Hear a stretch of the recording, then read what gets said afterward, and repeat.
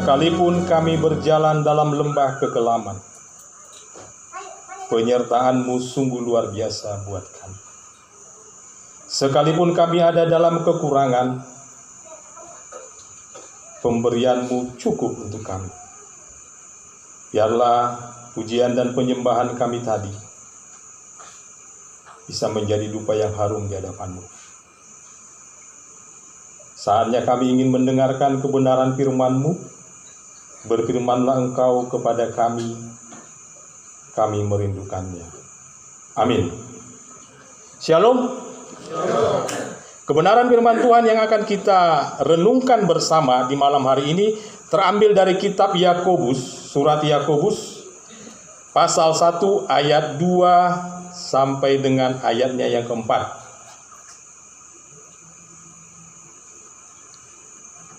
Dari kitab Perjanjian Baru, surat Yakobus pasal 1 ayat 2 sampai dengan ayatnya yang keempat. Saya akan membaca ayat 2, kaum laki-laki membaca ayat 3, dan kaum perempuan membaca ayatnya yang keempat. Sudah bisa kita mulai ya?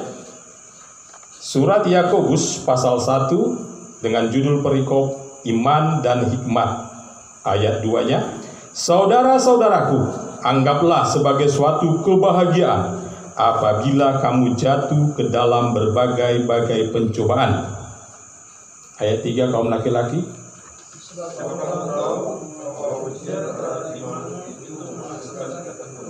Dan yang keempat, kaum perempuan.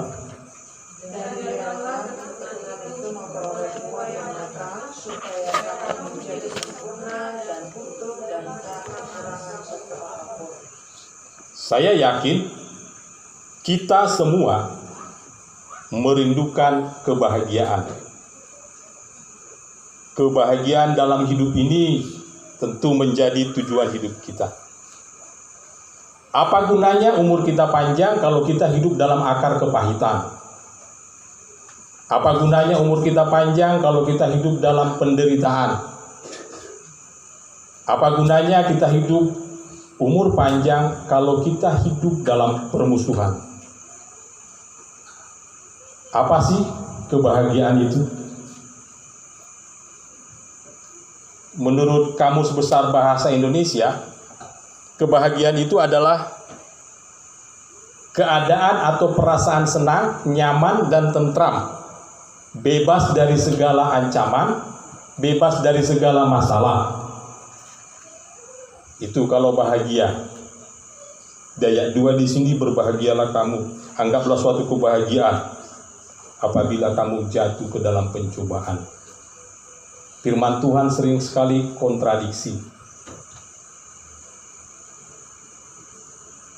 Bahagia itu identik juga dengan damai sejahtera.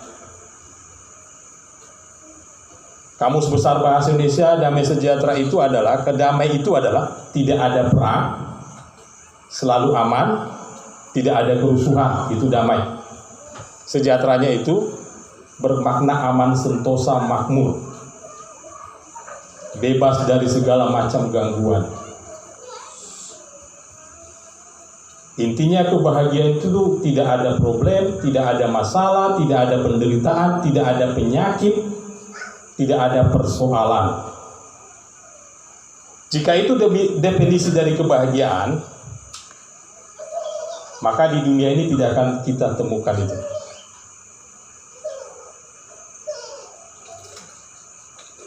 Beberapa orang menganggap bahwa kebahagiaan itu jika dia memiliki harta,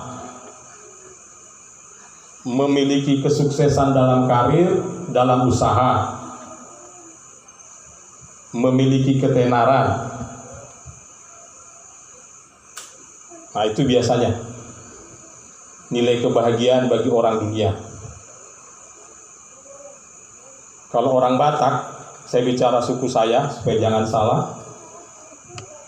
Ada orang Batak juga ya. Orang Batak itu bahagia itu kalau dia hagabeon, hamorau, hasangapon. Hagabeon itu apa?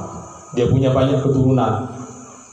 Kalau diterjemahkan, 16 lah anaknya, 17 lah putrinya. Itu Hagabion bagi orang Batak. Hamurawan itu kekayaan. Baru Hasangapon itu ya ketenaran, punya nama baik. Sama saja dengan dunia ini, bukan? Nah itu kalau orang Batak ditanya. Tetapi benarkah demikian yang menjadi tujuan dari bahagia itu? Kita mungkin sering mendengar di televisi banyak orang yang berharta, tidak bahagia, mati, bunuh diri. Banyak orang yang punya anak, tapi tidak bisa mendidik anak, susah. Akhirnya gara-gara anak tadi, tingkah laku anak tadi, dia stres, sakit, paling tragis lagi, bunuh diri. Ada orang yang terkenal, punya pengikut atau followers di Instagram, di media sosial sampai jutaan. Channel YouTube-nya jutaan orang pengikutnya.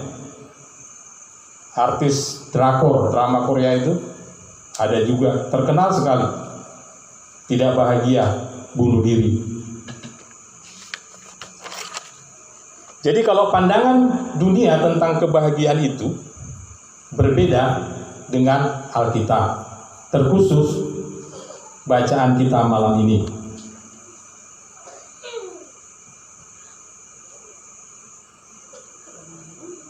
Bagaimana mungkin kita disuruh berbahagia ketika kita ada dalam masalah? Bagaimana mungkin kita bisa bahagia ketika kita ada dalam sakit penyakit? Bagaimana mungkin kita bahagia ketika anak kita tidak menurut kepada kita? Tetapi inilah firman Tuhan, itu semua kita lalui agar kita berproses sempurna dan menjadi seperti Kristus. Saya ulangi lagi Pak, Ibu membaca ayat 2-nya supaya kita pahami. Anggaplah sebagai suatu kebahagiaan apabila kamu jatuh ke dalam berbagai-bagai pencobaan.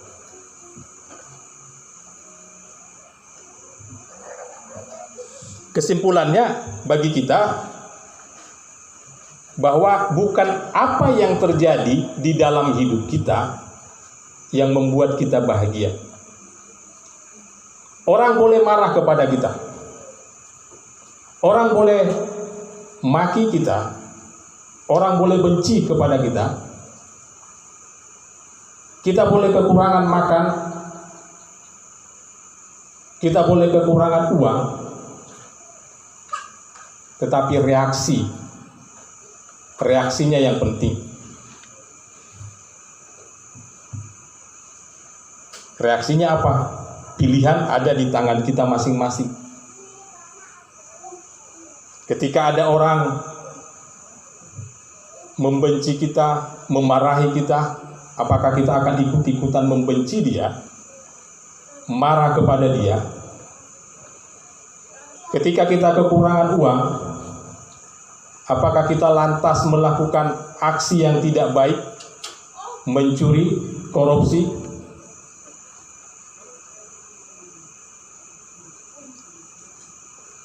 Reaksi dari kita itu yang penting Bapak Ibu. Ketika kita jatuh ke dalam pencobaan.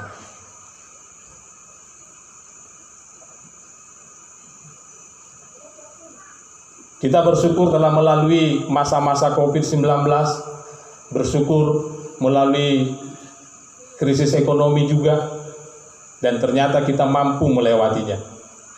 Di awal-awal kita semua begitu takut. Tapi seiring dengan berjalannya waktu, kita naikkan syukur kita mampu melaluinya. Sekali lagi, aksi negatif bisa saja datang di dalam hidup kita. Tetapi reaksi kita harus positif. Alkitab bilang sekalipun pohon ara tidak berbunga, pohon anggur tidak berbuah, hasil pohon zaitun mengecewakan, namun aku akan beria-ria di dalam Allah yang menyelamatkan aku. Kalau kita teliti sedikit firman Tuhan itu, saya lupa di Habakuk berapa itu. Ternyata Tuhan tidak membiarkan kita menderita. Sekalipun pohon ara tidak berbunga, pohon anggur tidak berbuah. Ingat, yang ketiga, zaitun. Pohon zaitun mengecewakan. Ada hasil di situ, walaupun mengecewakan. Tuhan tidak pernah membiarkan kita kekurangan. Kalimat pohon zaitun mengecewakan, kita telah secara bahasa, pohon zaitun itu menghasilkan, tetapi tidak mencukupi. Tuhan tidak pernah membiarkan kita berkekurangan. Amin.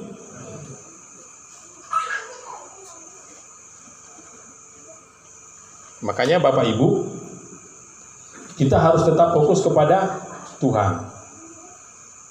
Bagaimana caranya? Sekali lagi, tidak ada cara yang lebih gampang untuk tetap fokus kepada Tuhan selain kita berkomunikasi erat dengannya. Caranya, rajinlah membaca Alkitab, rajinlah merenungkan kebenaran firman Tuhan, rajinlah saat teduh. Ada satu cerita Bapak Ibu, seorang pendeta turun ke Medan atau datang ke Medan. Dia masuk ke Pasar Sambu. Kalau di Medan Pasar Sambu ini sangat rawan, banyak copet.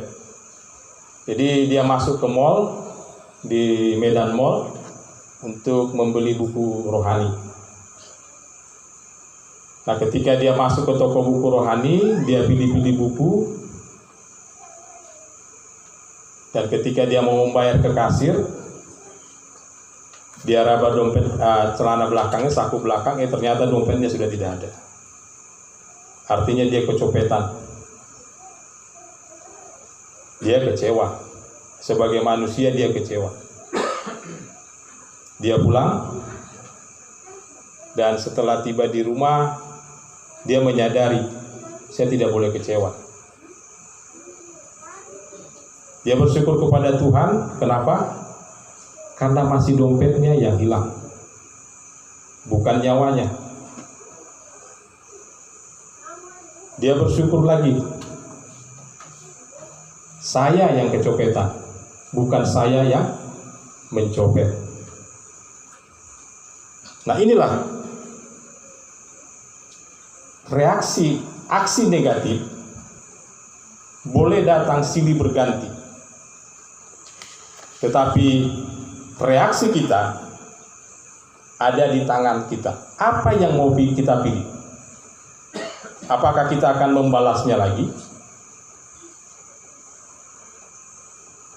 Saya teringat, kalau bisa Bapak Ibu buka Filipi 4 ayat 4. Bisa dibacakan.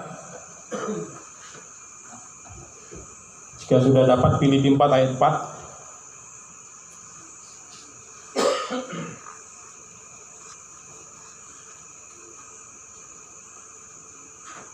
Silakan.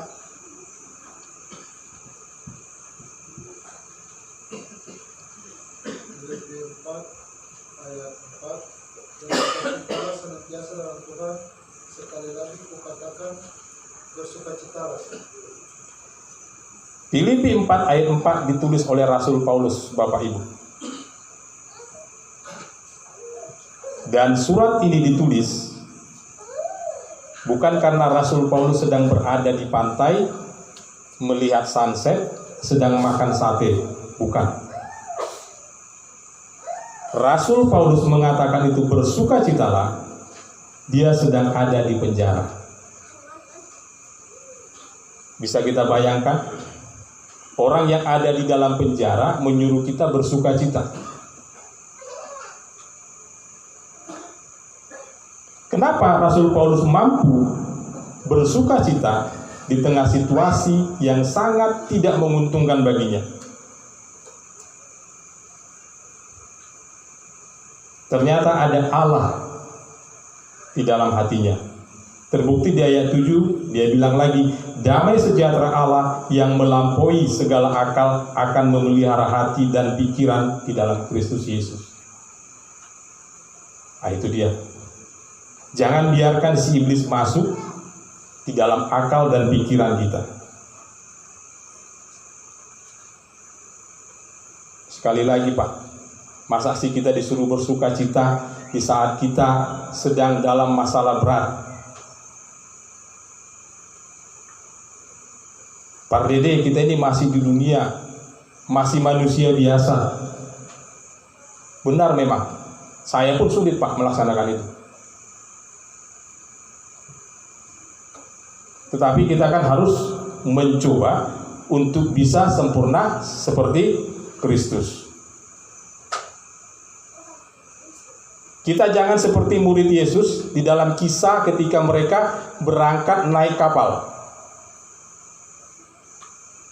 Mereka sudah bersama Kristus, bersama Yesus. Tapi ketika badai datang,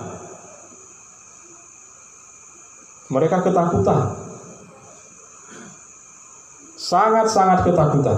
Tidak yakin, padahal ada Yesus bersamanya. Sampai-sampai mereka harus membangunkan Yesus.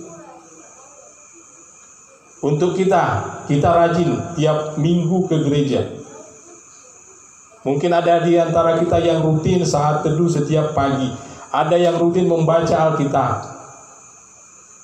Ada yang rutin berdoa. Tetapi ketika badai hidup datang, persoalan datang, kita yang duluan lari. Hati-hati. Mari kita koreksi lagi. Apakah iman kita memang kuat? Kesimpulannya, bisakah kita berbahagia di tengah situasi saat ini? Alkitab bilang ya, bukan saya. Alkitab bilang ya dan harus. Bagaimana caranya? Yang pertama, kebahagiaan sejati bisa dialami jika kita bersyukur. Saya ulangi sekali lagi, kondisi dari luar kita, dari lingkungan kita ini, dalam pekerjaan, mungkin dalam kita bertetangga, bisa datang masalah, bisa datang persoalan, bisa terjadi gesekan.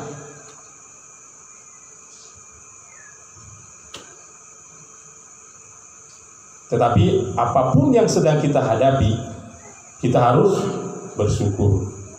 Ingat, bersyukurnya bukan kita bersyukur misalnya karena bangkrut, bukan bangkrutnya yang kita syukuri. Kita bersyukur karena gagal, bukan kegagalannya yang kita syukuri. Sama seperti orang yang diputus pacarnya misalnya. Bukan putus pacarnya itu ya disyukuri. Ada orang diputusin pacarnya, menangis, stres, terus ambil pisau silet potong nadi. Nah itu. Jadi hati-hati bersyukurnya. Tempatkan rasa syukur itu di mana?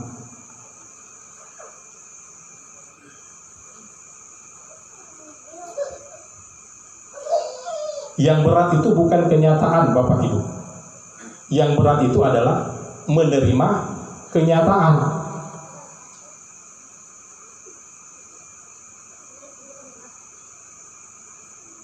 Nah ini, menerima kenyataan itu sebenarnya yang berat. Kita boleh gagal, kita boleh bangkrut, tetapi menerima kegagalan, menerima kebangkrutan ini, itu yang berat. Caranya apa? Bersyukurlah. Sekalipun saya gagal, sekalipun saya bangkrut,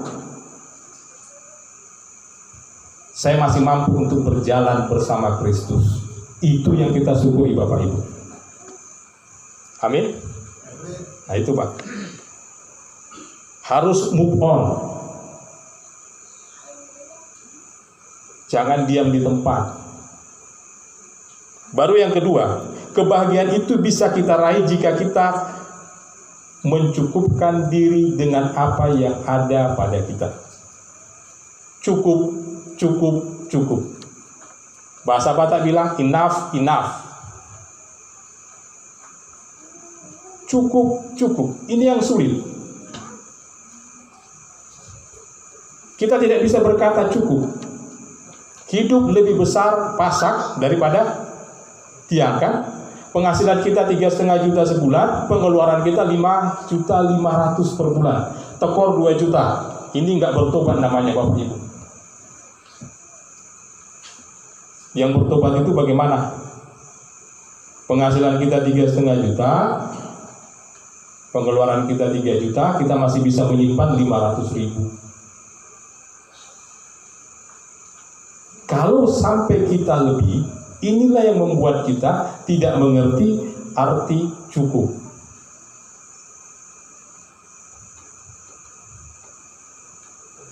Bahagia itu bukan karena harta melimpah, tapi bagaimana kita mencukupkan diri dengan apa yang ada pada kita. Saya bagikan sedikit kisah, yang mungkin kita juga ada pengalaman sebagai penutup firman Tuhan. Kita mungkin sama-sama memiliki alumni. Kebetulan beberapa waktu lalu saya menghadiri pertemuan alumni kawan-kawan SMA. Saya melihat dari kawan-kawan saya itu ada yang telah berhasil menjadi pengusaha. Misalnya dia punya peternakan, menghasilkan banyak ayam.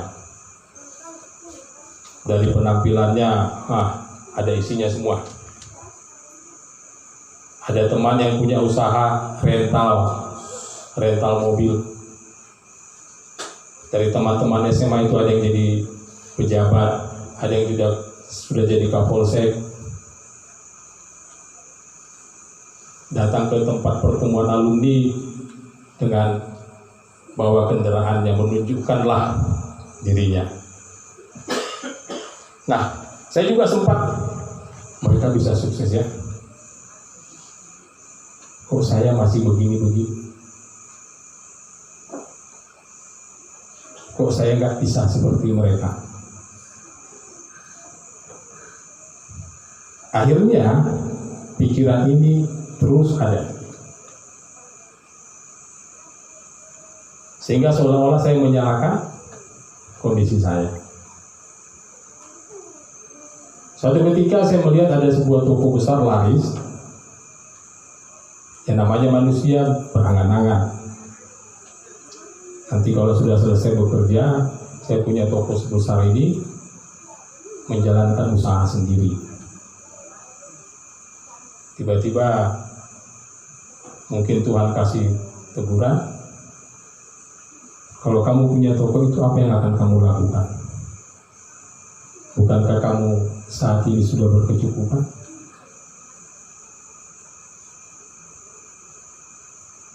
Tuhan bilang, pernahkah engkau terlambat membayar SPP anakmu? Saya bilang tidak. Pernahkah engkau kehujanan karena tidak memiliki rumah? Saya bilang tidak. Pernahkah engkau kedinginan karena engkau tidak memiliki pakaian? Saya bilang tidak. Bahkan pernahkah bapakmu, mamamu terlambat membayar SPP-mu atau tidak memberimu makan? Saya jawab tidak. Kenapa kamu tidak bersyukur? Kenapa kamu tidak mencukupkan dirimu dengan apa yang ada padamu? Bapak Ibu, kita boleh memandang ke atas untuk motivasi, tetapi bukan untuk bersungut-sungut. Saya tersentak.